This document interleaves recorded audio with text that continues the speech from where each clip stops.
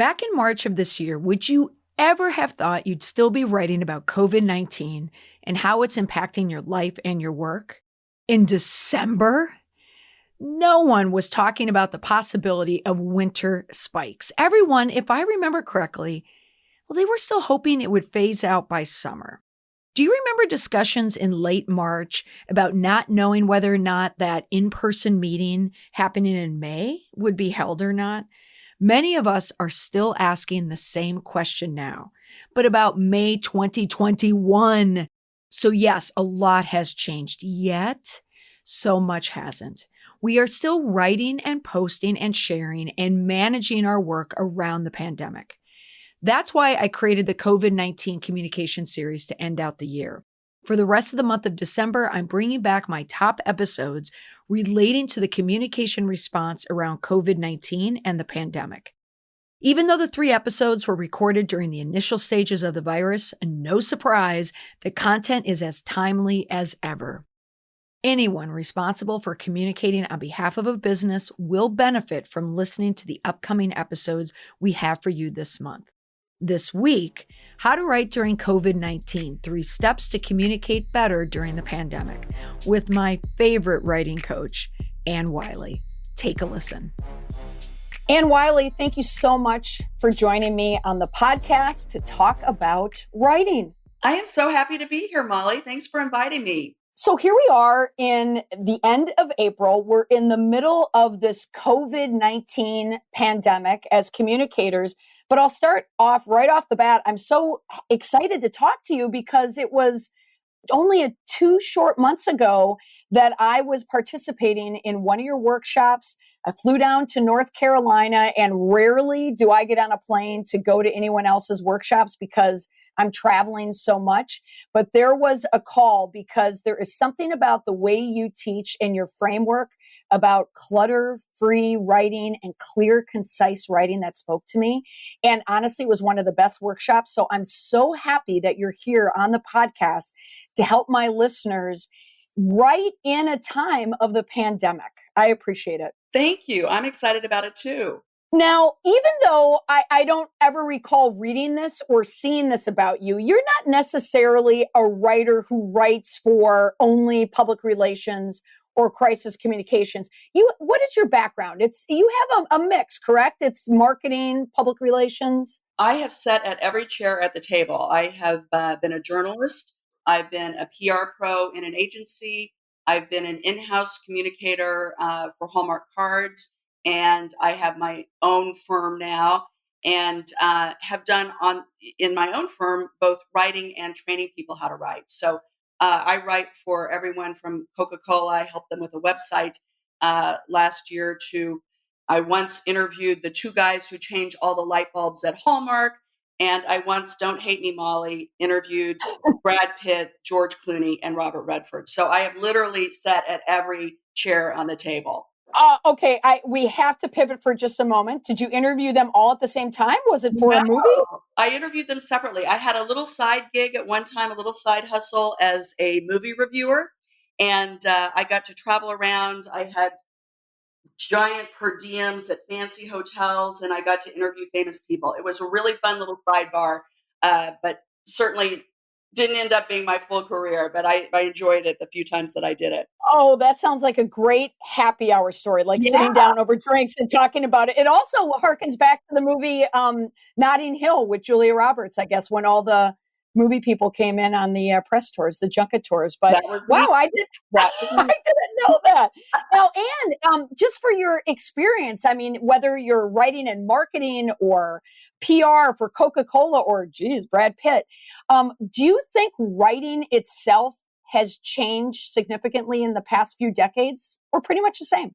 You know what? I think I think we learn the same things over and over again. And so we get so surprised when we find out, as Chadwick Martin Bailey did a few years ago, that people really share information and respond to information if it's got information they can use to live their lives better and if it's entertaining.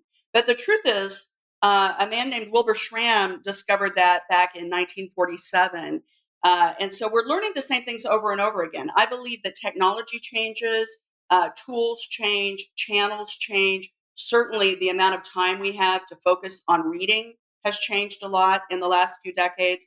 But the truth is, the one thing that remains the same through all of this is that we remain human and our readers remain human too. And so the same things that appeal to them um, in the 1950s, in the 1960s, in the aughts, even day before yesterday, uh, they remain the same. It's just a matter of we have to kind of change them and channel them a little bit. And so I'm seeing even those same needs for writing now, but some of them are really amplified right now because of the pandemic. So some of these classic things that we learned in the mid-century of the 20th century that we've learned over and over and over again, they apply in the pandemic, but sometimes they apply more or less. Sometimes they become more or less important. And that's what I'm seeing right now.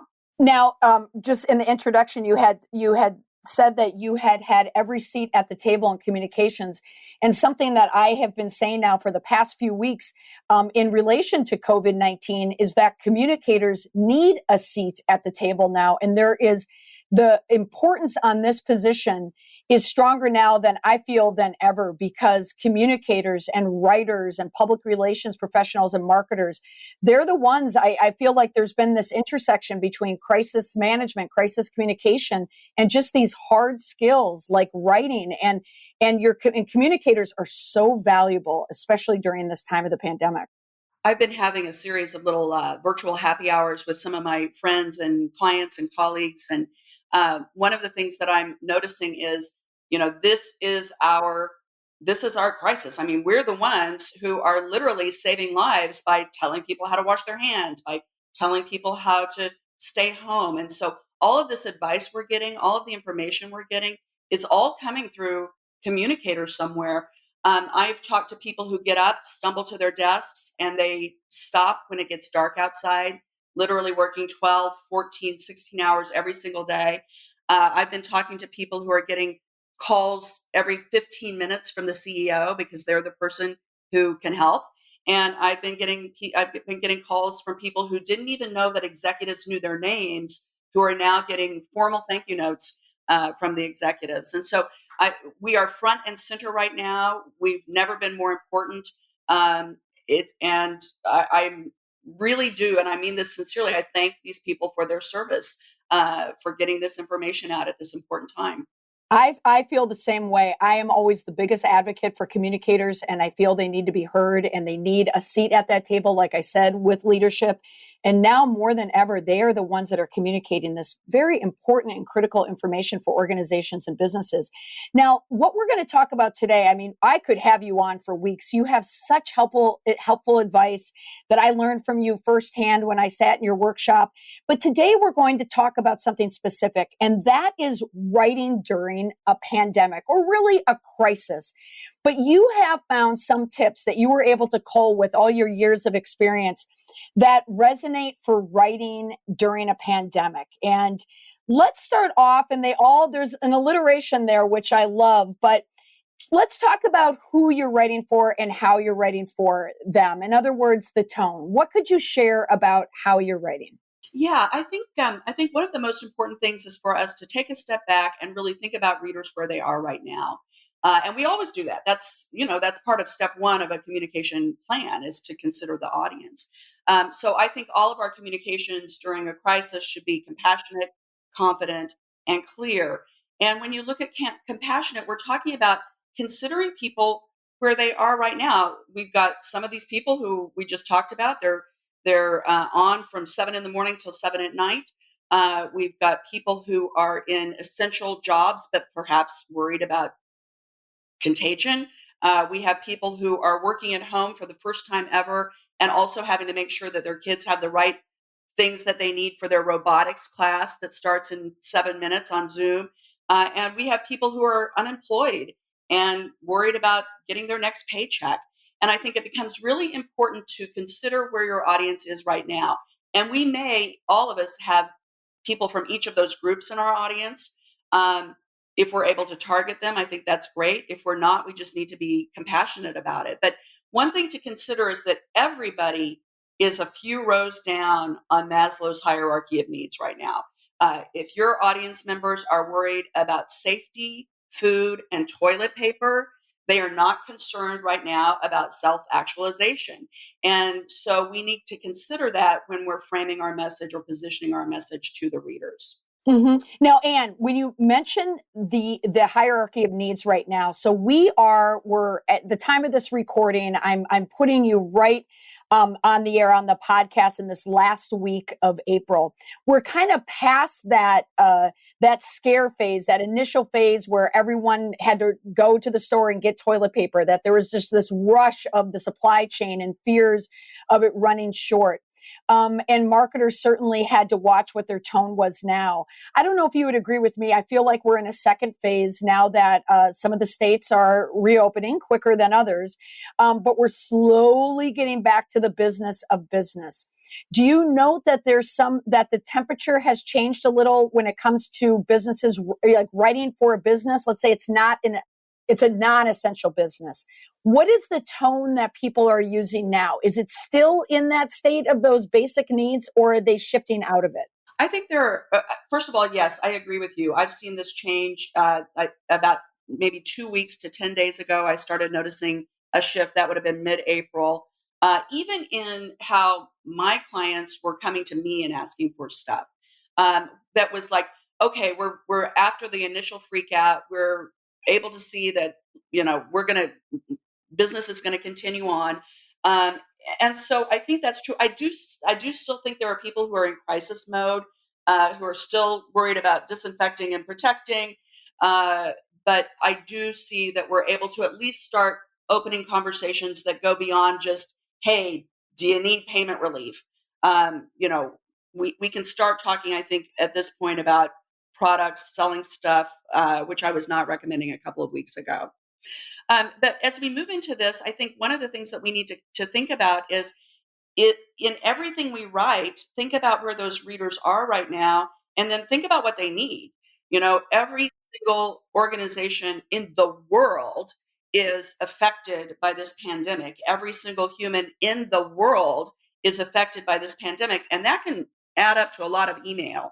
And so, as you think about even whether to send and what to send, I think asking what do these people actually need right now should be top of mind. That should be top of the list. Is it still payment relief? Is it a tool you can trial free? Is it tip sheets on how to stay safe at home or how to entertain the kids at home? What do they need? And that should be driving whether and when we send messaging. Okay, then tell me in terms of specifics on what they need. So you're making it clear that we want to point out and write about the needs and not necessarily the wants right now. Are there any tricks to the writing itself, like the pronoun use or the wording that you're using? How do you write to point out what people need? I think once you figure out what they need, then make sure that you're positioning that message as a need to them. And so the way you do that is you focus on them in the writing instead of focusing on you and your stuff. So I got something from Delta the other day that outlined their new program. They're going to extend all those trips I had to cancel. They're going to extend the time that I can use those credits. And they didn't say, you'll now be able to use your credits well into 2021. They said, we have a new program. We are now doing this. And that's called wee-weeing on your readers. We don't want to wee-wee on our readers. Nobody wants to be wee-weed on. And so instead, you want to focus on the pronoun you. And I think, in business to business communications and business to consumer communications at any time, but especially now in the pandemic, it becomes more important to make the reader the story. The reader is the topic of the story. Your topic, your program's not the topic. The reader's the topic. How are they going to use this? And I went through one of the early COVID-19 updates I got that was, I thought, particularly bad, and I ran the we-you ratio on that message. And to do that, you just do a find for all the we's, a find for all the you's. You do a find for the company name, a find for what they would call their consumer or their client or their customer. And then you just see what the ratio is. And I found 27 company names to 16 references to the consumer, 4 we's to every 2 you. And so that's just a sense that you are wee-weeing on the audience. You're talking about you and your stuff instead of about the audience and their needs. And so use that technique to make sure you're writing about them instead of you. And I received the same email from Delta. Yeah. And as I read it, I remember from your workshop about writing in the imperative voice. Yeah. And I noticed it in that email. As a frequent Delta user, the Ann Wylie came right out at me, and I had noticed that. So whether it's writing for crisis or not, marketers or anyone writing should really focus on the you instead of the we, correct? Absolutely. And Molly, I'm only hoping that you and I were reading that at exactly the same time and having that exact insight at exactly the same I think we were. time. It came out and I read it and I went, there it is. There it is. Okay. So when you speak about writing, that sounds like that's the confidence that you need when you write. Can you speak more about that? Like when someone is sitting down, and I know from communicators, they sit at their keyboards and they are, whether it's for social media or for a blog, and there is a lack of confidence because they know there's so much weighing on their words right now and what they're saying. What kind of advice could you give to someone who's writing in a time of crisis? Where should their headspace be when it comes to writing? Yeah, I think, and again, I think this is true whether you're writing in a crisis or not. But I think at some point it would make sense, and it would have made sense to already do it, but it's not too late to do it now. To sit down and have a conversation with the team about what is our voice now. I remember in another crisis after 9/11, rewriting my team rewrote H&R Block's website for people who had lost somebody during 9/11, and even if you had lost someone, they still had to pay their taxes. You still had to pay your taxes. If your paperwork was in the trade towers when they went up, you still had to pay your taxes. And so this was pages and pages and pages of advice about, what different form do you use? How do you handle it this time? And we, at the beginning of the project, sat down and said, the voice for this is going to be your favorite uncle, Uncle Frank, a former CPA who says, sit down, honey, pick up a pencil. We're going to get through this. And I think naming that person and giving that person a quality is better than sitting down with a list of adjectives and saying, it's going to be warm, it's going to be compassionate. And so I think that's a really good practice for any time. I think we should be doing that all the time, describing our voice. For right now, my feeling is that the voice of CEOs sending out these executive COVID updates should be a warmer version of keep calm and carry on. And I think we want that extra warmth. I think we often do want to hear from the CEO right now. But I think that warmth can devolve into hand wringing. I saw another COVID-19 update. This was from a hotel, Molly, that I'm sure you saw the same one too, since you travel all the time. And it went beyond concerned and respectful to hand wringing, executive hand wringing, and sort of gnashing of teeth. There were lots of adjectives in it, like insidious, daunting, devastating. And I started to become concerned that the CEO was going to forget to wash his hands because he was so upset, and that he was so upset. I wondered whether he could capably run his business. And so, I think when we're trying to warm it up, tone can easily kind of veer off into this like, when you're grieving and you don't want your friend to grieve for you, you want them to hear you grieve. It sort of felt like that. Like, I don't want to hear how sad you are about this. I want you to make me feel better. And so I think that's kind of where we want to land right now in terms of that confident tone. Confident means, think of Governor Cuomo. You feel like he's confident that he can run this thing. He's really not happy about it. He's very sad for the people, his neighbors and his constituents who he's lost. But he feels capable and confident. And I think that's sort of where we have to hit in between that overly warm, kind of sicky feeling to just sort of stone cold, somewhere in between there. Oh, and now you're fully in my lane right now. So I have to ask you this. This is going to be a little bit out of left field, but I know you're going to have an answer. What you are speaking to, even though we're talking about writing, you are speaking to a value system and how you're conveying it through the written word or through statements. This week, there's been a lot of chatter about the PPP loans, the SBA loans that a lot of these big public companies received, intended for small businesses. and like the Ruth's Chris Steakhouse and the Steak Shack, they return the money. I've spent a lot of time thinking about it because in my client base, I have a number of CEOs that had to make that choice. Do we really need the money? So from a writing perspective and putting yourself out there, so I'm going to ask you I'm going to tap into your PR sense. How would someone, if you were a CEO, how would you write about that loan piece? Because I know a lot of companies are looking at this right now. Whether you went for that money and took the loan because you needed it or not, how would you counsel a leader or leadership to write around a situation like that? Is it important to be truthful first or to explain a lot? Or any thoughts on that? I think we tend to get into over explaining a lot. And I think Okay. when we're in a crisis, we tend to overwrite and we tend to forget that overwriting looks like obfuscation. And so just the volume of words, I mean, think about what trial lawyers do if they're commanded to give you a document that they really don't want you to have. What they do is they back up a truck to your office with bankers boxes filled with documents and say the document is in here, we've delivered. And so it sometimes I think when we're in a situation like this, our response looks like that. We're backing up the truck with the bankers boxes full of words and hiding the response in that. I think when you're in a crisis, it becomes very important not to spin, not to decorate, and to avoid even the appearance of obfuscation.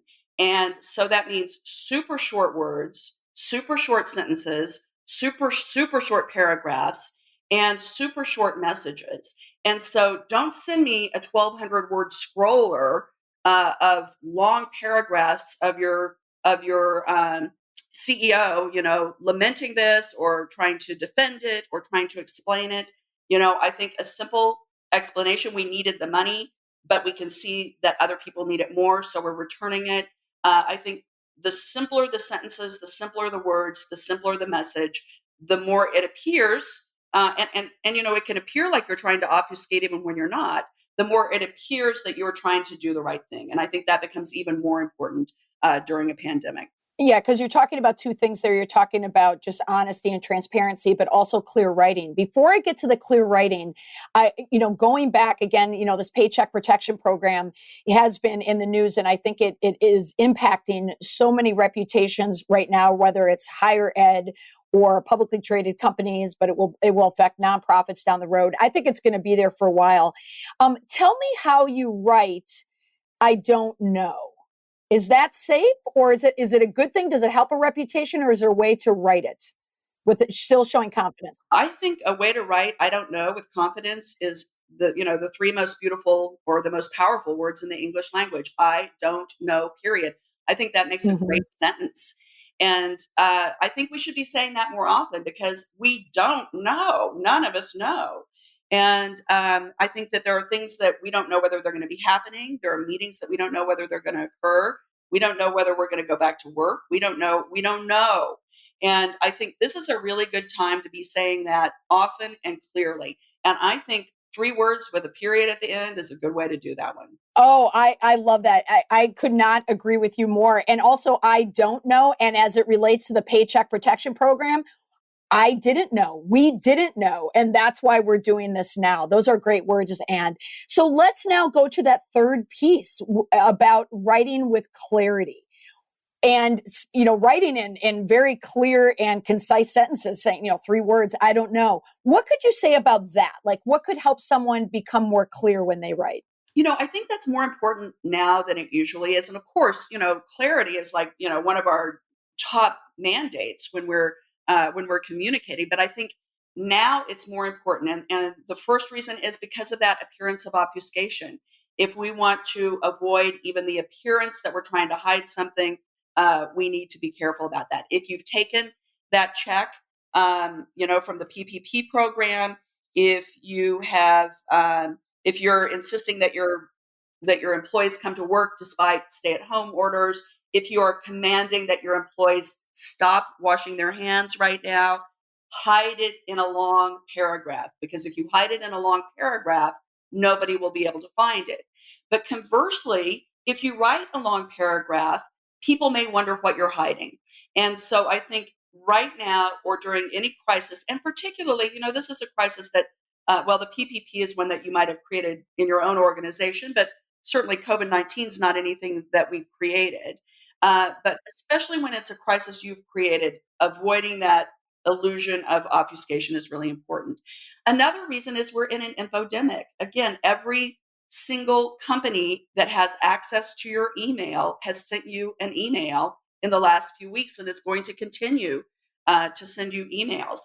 We just have too much information, so much information that the information from the World Health Organization and from the CDC might get lost. And so because we're in an infodemic, it becomes important for us to be clearer and more readable. And then finally, I think our audience members' cognitive resources are somewhere else. Even if they're not immediately concerned about catching the virus, they have a lot of stuff on their mind, from cranking out all these messages to reading all these messages to working at home with the kids to worrying again about a paycheck or going to work at an essential piece. So I would think about several things there. The first is I think this is a real time for us to question the frequency mandate of crisis communication, which is communicate early and often. There are just too many emails going on. I think the way we figure this out is to ask, what do my audience members need from me now? Give it to them. And don't worry about being, I'm talking to lots of people who are like, we're concerned about being absent at this time. I'm like, oh my gosh, your absence is not being noted and it's not unappreciated. You don't have to speak up just because everybody's speaking up. You don't need to send out a message saying we're washing our hands because everybody else has. And so let's rethink that communicate early and often concept, I think would be a good place to start. Oh, so okay, so communicating early and often, you might modify that. But what about over communicating? Like I know I've said it, I've had guests on this podcast that have said it in the last few weeks that you can't over communicate. But what it sounds like that there is a difference, there's a slight disparity between the infodemic as you speak of, but also over communicating. If you are going to communicate, it sounds as if you need to give your readers, your audience, your key stakeholders, the information that you need. Like you can't over communicate that much if you're helping them. But if you're just writing for the sake of writing, that's over communicating. Yeah, I mean, I think I just question the idea that you can't over communicate. I think that we've got, everybody's got a spam filter, everybody's got an index finger. If you keep sending irrelevant stuff to them, you're going to lose the opportunity to speak to them after the virus or even immediately. So I question the whole theory that you can't over communicate. I disagree with that idea. I think you definitely can over communicate, and we're seeing some over communication right now. But then I think when you do communicate, you look at that message and you say, how do I make it short and sweet and easy to understand? I've been receiving 1,200 word emails from my two daughters' vets. I just don't need this much information about how my vet is handling the situation. Maybe that would be something that would be more appropriate if I had an appointment and they wanted to let me know how to get it ready for the appointment. So you see the difference between we're going to send everybody in our email database. I'm not taking the cats in to the vet unless something bad happens during this time. And so I don't think everybody in their database needs it. Maybe we think more, maybe we target our audience. That's something we used to do a little bit better. I was looking at Governor Cuomo's tweets the other day, and I'm just so impressed with how he's handling the communications. I feel like he's sort of giving us a master class in crisis communications and executive communications, including the writing of those things. And he has paragraphs in his tweets. He hits return, short sentences, short phrases, short words. He has bullet points in tweets. Those are things that we can steal now that will help us communicate better and have our messages really show up during this crisis, but also will help us as a practice after the crisis. And so you're touching on, I believe that the reason I had mentioned this earlier in the podcast, the reason why Andrew Cuomo is making an impact. Okay, so he's the governor, of a state that clearly has one of the largest incidence rates and death rates of the coronavirus. But it is his communication and his style of it that is resonating with people. And I agree with you, is that he understands, just like President Trump, though, how to master Twitter. And to master Twitter is you need to understand how to communicate very quickly within 280 characters. And he does a very good job doing that. I agree with you. Yeah, I think he's doing a masterful job in all of his communications. He's somebody that we could look to learn how to do this better. Yeah, oh, absolutely. I agree with you. Now, I'm going to ask you one question. I'm sure you've heard of this term, just from my crisis background. There's a term called, a black swan event. It's like one of those once in a lifetime, one of those events that you could never prepare for, an unknown, like 9/11 or the coronavirus. If you could go back in time now, what have we learned? And there was a lot of commentary on this, and you just mentioned it now too. In the first week, everyone received an email from everyone, about what they were doing, how they're washing their hands, what they need to do to respond.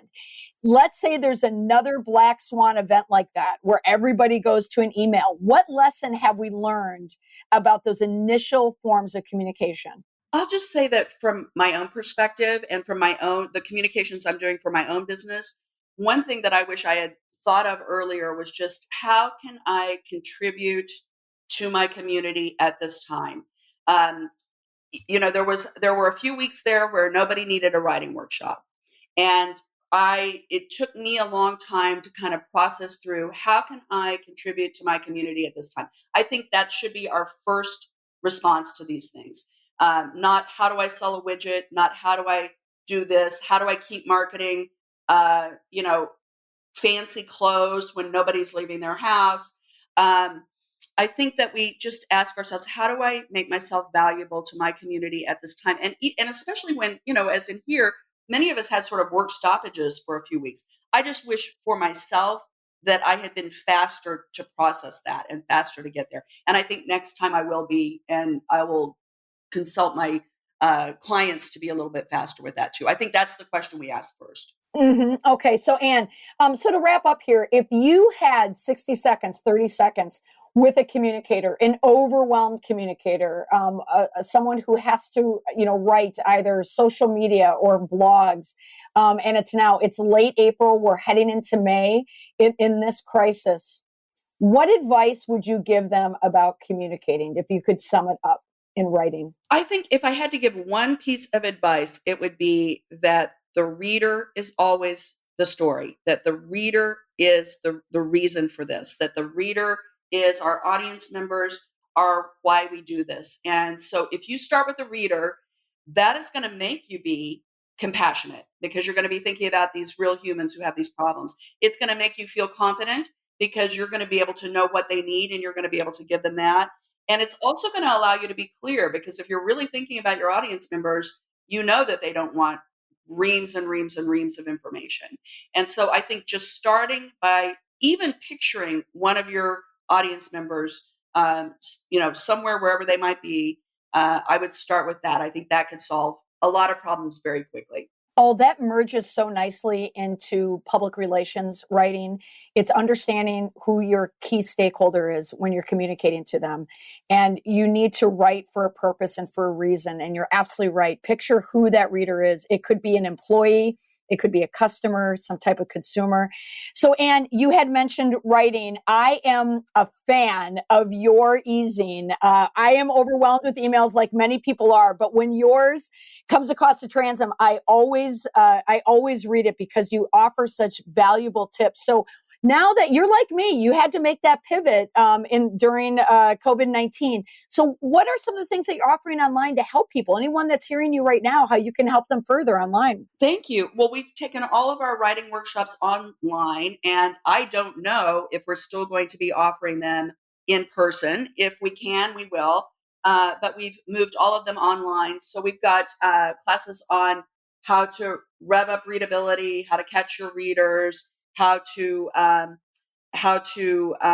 write for public relations coming up online over the next few months. The next one is rev up readability. and it's on May 4th to June 1st online. And in that, we're going to look at a system where we can run our messages through this power tool that I can offer everybody for free. And they're going to get something like 27 metrics on their messages, from how long their sentences are to how long their words are to how they start paragraphs. And I'm going to give them targets for every one of those metrics. They'll be able to measure, monitor, and manage their readability to improve, make every single piece they write easier to read and understand. And for me, going to your workshop, the in-person workshop, was so serendipitous because you changed how I thought about writing. It was something that it was a grind for me that I had to get through. And after leaving your workshop, it became easy and, I dare say, enjoyable. So I was ready to start writing when the coronavirus hit from all of your tips. So I highly encourage anyone, if you want to get those fast tracks and those tips that can help you be a compassionate, a confident, and a clear writer, I could not recommend these online workshops enough. In the show notes, I am going to include a link for people to find out more information about your online course. But Ann, if they wanted to find out about your about any more workshops, that's all in your e-zine as well, right? That's right. And could we include a link to that e-zine? So if anybody wants to continue this conversation, they can keep getting tips on how to write during the crisis and afterwards. Oh, and that goes without saying. And tell me more, though, about the other piece that you have that I love is your membership site. Thank you. Yeah, I have Rev Up Readership, and that is sort of my brain on screens. And so it's virtually everything I have ever written about headlines, writing benefits, making your messages clearer, more compassionate, more confident. And I think, Molly, I don't know how far you've gotten in it, but I think it's like 1,200 articles or more. It has tools to help you find just the right word and help you do other things that will help your writing. So thank you for bringing that up. Yeah, and it's super helpful. When I write, there are two places that I go. I always go to the AP Style book, but I also go to your website as well. It is so helpful. So just as I said in the introduction, I cannot recommend you enough. I mean, you are my favorite writing instructor. So I knew that you could bring my listeners some very valuable and now timely advice for how to take the stress out of writing, but really offer your readers what they need and the information that they need and the relevant information that they need. I appreciate it. Thank you. My thanks to Ann Wylie for her timeless advice for how to write during an ongoing crisis. Ann is currently offering her writing workshops online. You can find them at wileycom.com. And if you're looking to rev up your writing skills, now who isn't? I highly recommend her courses and paid subscription site, Rev Up Readership. All the information located in the show notes. That's all for this week on the Confident Communications podcast. Next week, a look at how to lead in a time of crisis. Yes, still. Bye for now.